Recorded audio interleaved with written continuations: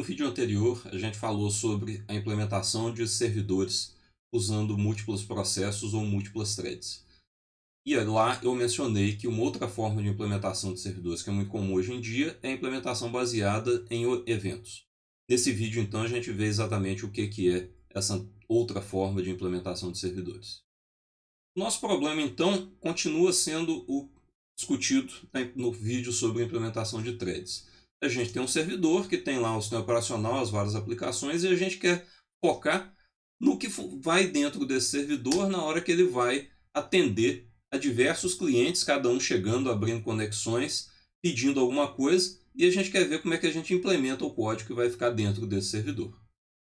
Então, usando o mesmo exemplo que eu utilizei no último vídeo, vamos focar num servidor web, é uma coisa simples. Então, o servidor web aceita uma conexão de um cliente, verifica o que o cliente está pedindo, então ele lê o pedido do cliente, procura no servidor o arquivo que o cliente está pedindo, a página web que o cliente está pedindo. Se a página está lá, ele vai enviar para o cliente um cabeçalho que descreve os detalhes da página e depois vai ler o conteúdo da página do disco e enviar conteúdo para o cliente. Como o arquivo pode ser grande, ele pode precisar de fazer essa leitura e envio várias vezes até que ele termine a entrega para o cliente.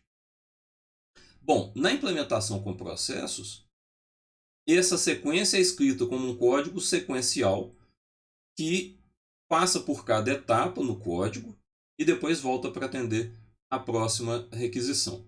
A gente viu no outro vídeo que a gente pode usar soluções de fork ou de threads para criar várias sequências de execução separadas que vão atender os clientes.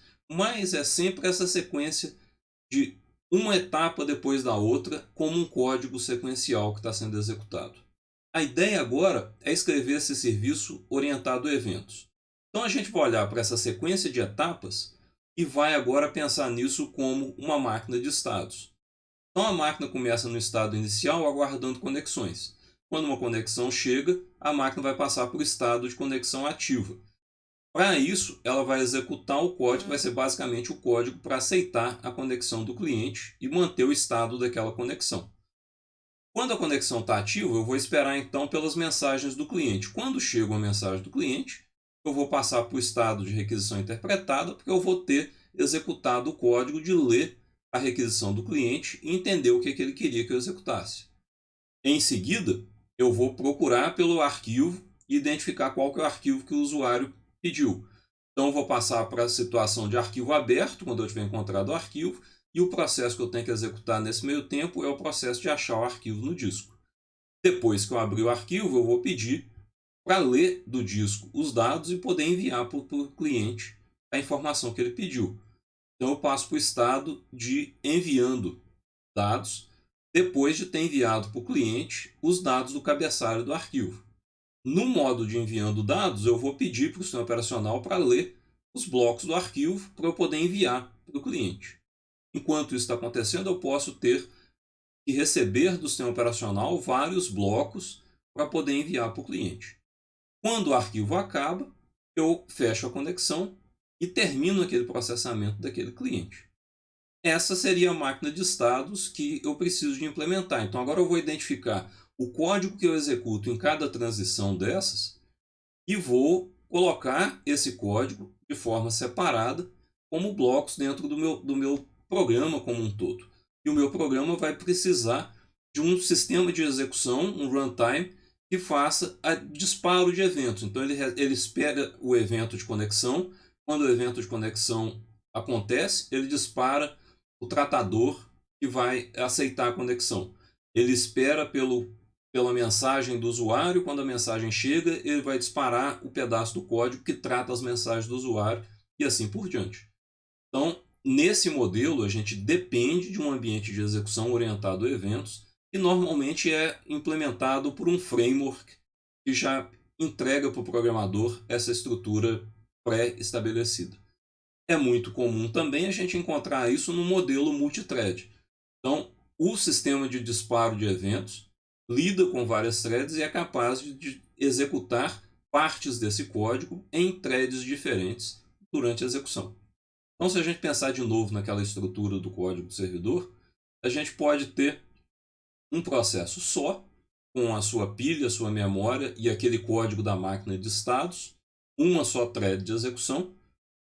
E nesse caso, quando um cliente se conecta, a thread faz primeiro o processamento do evento de aceitar a conexão, estabelece a conexão com o cliente. Um outro cliente que chegue vai então gerar de novo o tratamento do evento de aceitar a conexão, vai estabelecer conexão com aquele outro cliente. Agora, quando o cliente amarelo manda a mensagem, eu vou tratar o evento de receber a requisição do cliente. Chega um outro cliente, pode ser na verdade um outro servidor, eu vou processar o pedido dele de novo, estabelecer a conexão. E agora, à medida que o tempo vai passando, eu vou tratando dos eventos associados com cada conexão à medida que elas acontecem. Então, o tratamento do cliente amarelo vai evoluindo, eu já achei qual que é o arquivo, eu vou começar a enviar o arquivo, o cliente verde eu vou processar a requisição dele, o cliente que é um outro servidor também eu vou identificar qual que é a requisição que ele tem. Agora eu já estou no processo de enviar os dados para o cliente amarelo, achar o arquivo do servidor, enviar os dados para o outro servidor que requisitou um pedido, o servidor terminou e foi embora, os clientes, usuários podem terminar a requisição e ir embora também, ou podem ficar conectados. Então, esse processo vai atendendo cada evento à medida que ele acontece. Isso pode ser feito com uma thread só, como eu mencionei, ou eu posso usar um pool de threads para poder operar. Então agora eu tenho a minha memória, eu tenho minha pilha, eu tenho minha máquina de estados, mas eu tenho várias threads que podem executar em paralelo. À medida que os meus clientes vão chegando, eu chego, processo a conexão que acabou de ser recebida, escolho uma thread para atender aquele evento de estabelecimento de conexão. Chega um outro cliente, eu vou disparar uma thread para aceitar a conexão daquele cliente, do próximo. Na hora que um cliente enviar o dado, eu vou processar o pedido dele em uma outra thread. E esse processo continua à medida que as coisas vão acontecendo, e a figura mostra que às vezes eu posso atender várias requisições em paralelo, porque eu tenho várias threads, minha máquina de estados foi escrita para poder processar com várias threads e fazer a sincronização entre elas. Então, cada vez que um cliente vai interagindo, eu vou passando para frente nos eventos daquele cliente, às vezes eu tenho várias threads processando o mesmo evento, e assim por diante. Então, nesse caso agora, eu tenho um modelo que permite sobrepor de forma muito simples processamento, entrada e saída. Enquanto eu tenho uma thread processando o pedido, eu posso ter outra thread que está enviando dados para um outro cliente e assim por diante. Então é fácil de aproveitar o máximo do paralelismo dentro da máquina. O problema é que o código fica mais complexo, porque agora a gente tem uma máquina de estados, a gente tem múltiplas threads que eu vou ter que sincronizar dentro da máquina de estados. Mas mesmo que eu tenha uma thread só, eu tenho ganho de desempenho, porque se eu estiver acessando o disco, eu posso aproveitar do paralelismo entre processamento e entrada e saída para ter algum ganho em termos de desempenho. Só que agora, escalonar tarefas depende não tanto do sistema operacional, mas do programador, que tem que identificar como que ele quebra as ações que ele precisa em eventos, em tratadores de eventos, e como que ele sincroniza de um evento para o outro. Alguns consideram que esse modelo de programação em eventos gera uma API mais segura, que é mais fácil de você escrever código seguro do que quando você está simplesmente escrevendo threads. Por outro lado, ele depende de que você tem que ter no seu framework acesso à API de entrada e saída assíncrona que o sistema operacional te ofereça, para exatamente ter esse ganho de poder sobrepor computação em entrada e saída. Esse modelo de orientação a eventos, hoje em dia, ele se tornou extremamente popular. O servidor web Apache, o Nginx, são servidores mais comuns, eles são hoje todos eles orientados a eventos. No caso do servidor Apache, que o livro discute, ele é orientado a evento, ele faz forking, cria vários processos, cada processo pode ter várias threads dentro dele e o código é todo organizado de forma bem modular. Então você tem todas as formas de organização de servidores usualmente utilizadas hoje, a gente encontra dentro do servidor Apache. Então ele tem lá dentro um core, que é onde ele vai cuidar do runtime, e esse core é estruturado principalmente ao redor da noção de hooks, de ganchos. Esses ganchos identificam dentro da máquina de estados que atende uma conexão web cada ponto onde pode ter um evento para ser tratado. Então, exemplos de hooks podem ser a inicialização de um processo cliente, antes de abrir uma conexão, abrir os logs, processar uma conexão, verificar a autenticação do usuário, processar o cabeçalho do pedido do usuário, processar o conteúdo que o usuário pediu, verificar se o usuário tem acesso. Tudo isso são ganchos, são etapas do processamento do pedido do cliente que permite que você escreva código para fazer cada uma dessas operações. O desenvolvedor, então, vai criar os seus módulos que vão cuidar de partes desse processamento todo, e cada módulo vai identificar as funções que ele tem que estão associadas com cada gancho, com cada hook.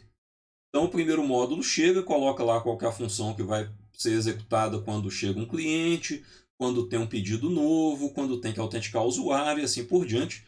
E cada módulo não tem necessariamente que estar ligado a todos os hooks desse processo. Chega um outro módulo, ele também se cadastra. O terceiro, nesse caso, o último módulo também se cadastra e assim por diante. E aí agora a gente tem para cada hook o conjunto de funções que tem que ser executado quando aquele evento acontecer.